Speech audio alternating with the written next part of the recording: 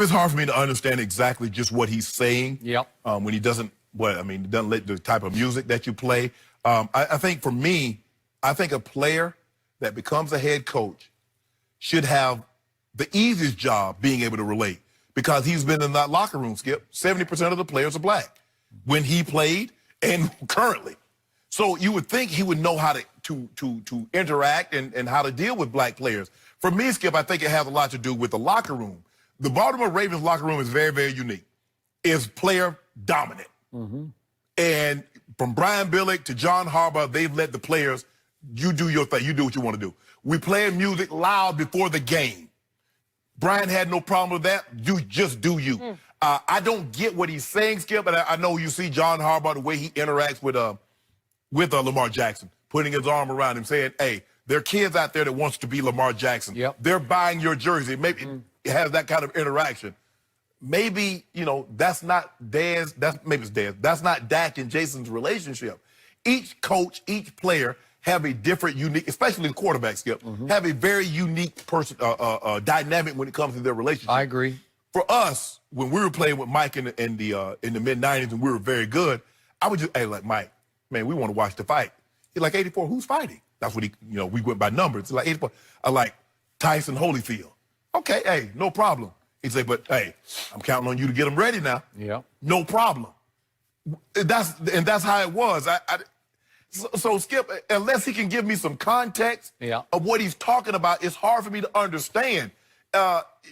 Every coach is not going to be, but you think Coach Belichick ain't rapping this. He hugging guys coming off the field to make a good play, but he ain't walking down the sideline, up and down the sideline with his arm around their waist and all that stuff. No. Coach Belichick ain't telling. Coach Belichick is not telling no player, hey, they're going to be guys growing up that want to be like you.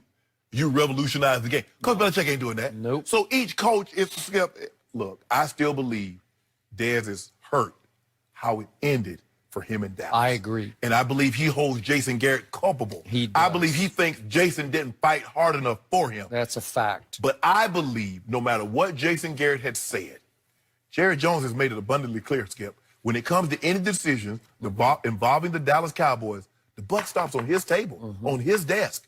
He's made that abundantly clear. So I'm going to need Dez to provide some context of what he means when he says he doesn't know how to relate to black players. Okay.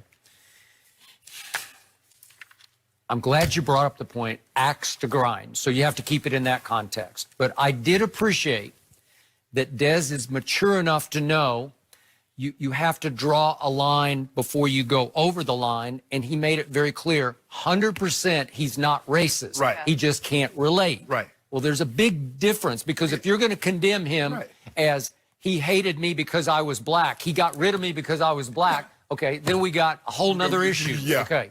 But that's not what he did. So I'm going to take it from my side of the table over here. Okay. I don't believe Jason Garrett relates well to white players. I don't believe he relates well to any players. Any of his players, even though he was a player. Right. But I've called Jason this. This is an old line from Dwayne Thomas on Tom Landry, and you're old enough to know Dwayne Thomas. Starred in one Super Bowl for the Dallas Cowboys and had a classic interview after the game with Tom Brookshire. He was the first 33. He was. He was the first 33. He called Tom Landry, the great Tom Landry, a plastic man. And I have called as early as after the 2015 season, I said the ultimate plastic man is actually Jason Garrett. So to me, Dez is on to something that's sort of hard to describe, but Jason Garrett's not a motivator. He doesn't have much connection with black or white players in that he can't push your button. Right. You've had coaches. Mike Shanahan knew how to push your button. He did. And he could bring you in, 84, and call you out just across the table, just man-to-man, one-on-one, and it worked for you. You didn't rebel against that. You thrived on it. Right. You flourished. You responded well to his private criticism of you, because he knew that's how I motivate 84. And I need 84 because he holds the key to my whole locker room. 84 does. Yeah. So he was wise enough to say, okay, I got to work through 84. I can't criticize him on the practice field. I can't show him up. I definitely can't show him up in the locker room. Right. But I can occasionally bring him in and say, hey, I need you to whatever. And that's how we do it. Yep. Okay. Jason does not seem to have that ability or skill because, to me, as personable as he can be, especially with Jerry Jones, it's surface personable. It's plasticky personable, where there's no there. There's no soul to it. I'm not talking about black soul. I'm just talking about he doesn't seem to have a kind of connectability to him where you can sit down and really get to know each other. Right. You with me? So Dez is really onto something where Harbaugh seems to connect with, I'm sure he connects with white players too, where he just sort of gets it and he has a personality that's accessible. Right. Right? Right. Okay. And the Baltimore skill, what is Baltimore known for? Big personality. Ray Lewis, Suggs. Now you have Lamar Jackson, who's quiet, but you see the way his personality is infectious. Hey, Mark Ingram's personality has come way out since he left Sean Payton. Yes. Sean Payton wants to be the star of that team. Exactly. Right? And so you have to understand, like, okay, it's about the players. And he's hugging and yucking it up and joking. But Skip, it's a coach by coach. The way Mike Tomlin treats his player is going to be different the way Coach Belichick treats his, and the way Sean Payton treats his, and the way so you can't. I don't really know, but that's the only coach he's had. So what is he? It's not like he had like 2 or 3 coaches, and he has something to compare it to. Yep.